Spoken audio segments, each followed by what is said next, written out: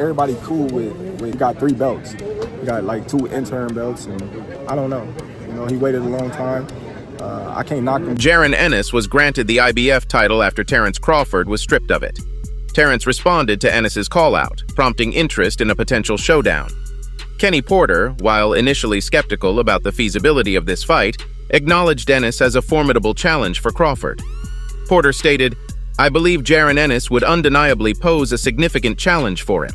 I consider the risk versus reward with Ennis, where the risk outweighs the reward for Bud." Despite recognizing Ennis's exceptional talent, Porter emphasized the potential risks involved for Crawford. Ennis, with a boxing lineage rooted in his family, stands as a highly skilled individual, supported by a background of professional fighters, including his father and brothers. Each member contributes to the collective skill set that defines Jaron Ennis. Richardson Hitchins credited both fighters, but highlighted Terence Crawford as the wiser fighter among the duo. Richardson mentioned that both he and Jaron Ennis had encounters in the amateur circuit and were spared at the Olympic Training Center. He acknowledged Ennis's extensive skill set, highlighting his exceptional abilities. However, Richardson emphasized Terence Crawford's strategic prowess, stating, "I believe Terence is a more astute fighter who makes better decisions in the ring."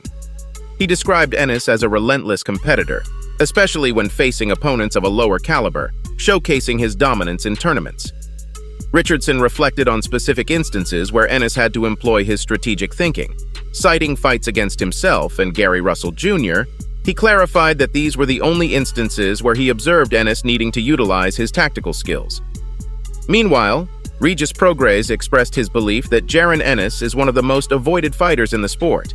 He echoed sentiments shared by numerous fans who claim that Terence Crawford has been deliberately evading a matchup against Ennis for a considerable period. Regis admitted, "My apologies, Boots is a definite threat. People tend to avoid him because he's incredibly talented, yet lacks the recognition from facing big-name opponents. The reluctance to engage with him narrows it down to Boots and Beterbiev. While some might consider facing Ennis, the reality is that he's exceptionally skilled, making him a daunting opponent." Terence Crawford perceives a bout with Ennis as a lose-lose scenario. He elaborated, "Many speak highly of Ennis and the potential he holds, but for me, fighting him would be a lose-lose situation. If I win, critics might say he was too young or not prepared, despite his talent. If he wins, it won't be considered a major fight for me." In essence, engaging in a fight against Boots wouldn't offer the magnitude or impact expected from a significant boxing event. Crawford said, "There isn't much on the line in fighting Boots, you know? I'm nearing the end of my career and I'm focused on making meaningful choices. This isn't to diminish Boots' abilities, but given where I stand in my career, I've worked relentlessly to reach this point. I believe I deserve the freedom to pursue what I want, disregarding anyone's opinions or feelings about it." Before Terence Crawford was stripped of the title, Danny Garcia saw potential in Jaron to overthrow him in a fight. Danny expressed that Ennis could defeat Crawford. He said that Ennis possesses all the necessary skills and a strong work ethic. It's all about timing for him right now. Garcia explained that he often compares him to a young, hungry lion waiting for an opportunity. So he thinks that his time is approaching, and once it arrives, he'll dominate the scene for a significant period. Ennis has consistently asserted his readiness to face Terence for quite some time, but it seems that someone is hindering their bout. There's a reluctance for them to fight. They understand that it's the fight everyone desires to witness, yet they perceive it as a high-risk, low-reward situation.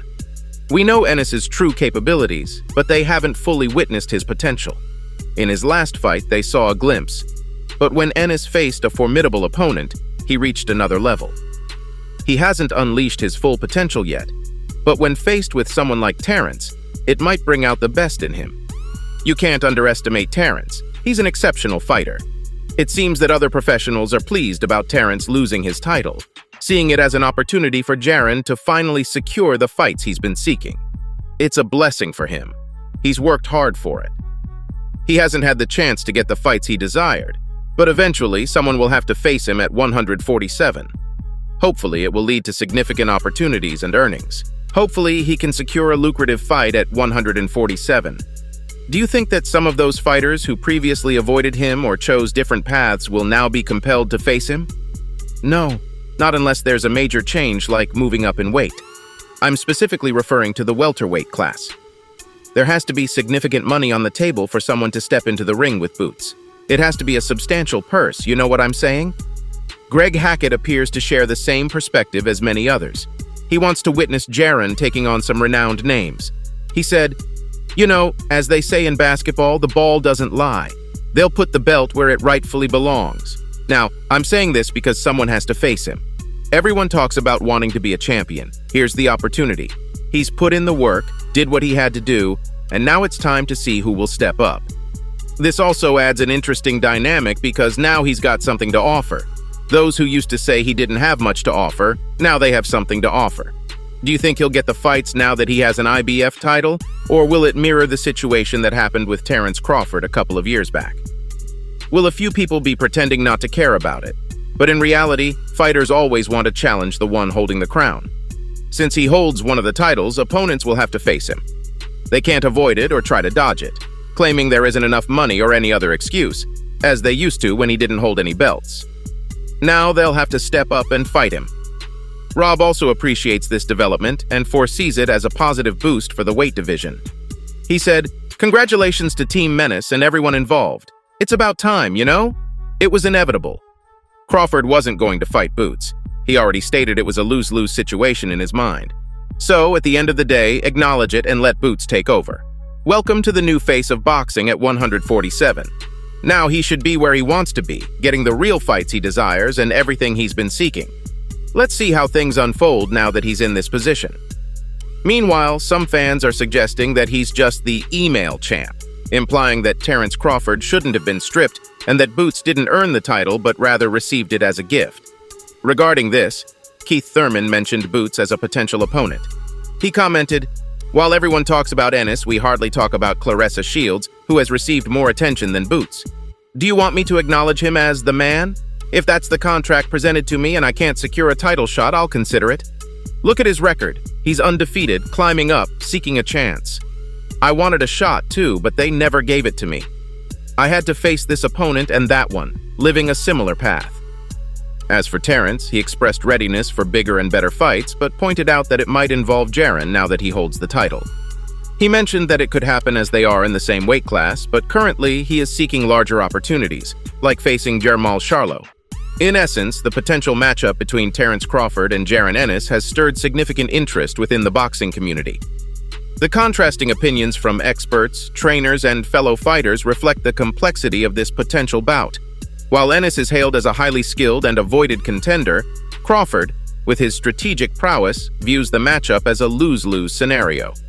The recent acquisition of the IBF title by Ennis adds a new dynamic to the welterweight division, creating opportunities for him to face renowned names.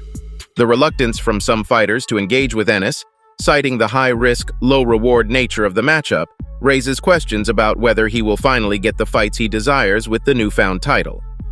Fans and professionals alike anticipate a shift in the welterweight landscape, with Ennis being recognized as a legitimate champion.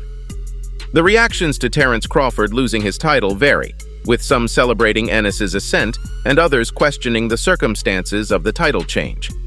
The dynamics of the welterweight division are expected to evolve, with Ennis now holding a significant bargaining chip in the form of the IBF title.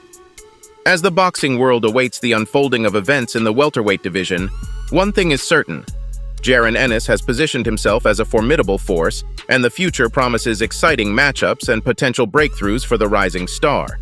So, how do you think the dynamics of the welterweight division will evolve with Jaron Ennis holding the IBF title?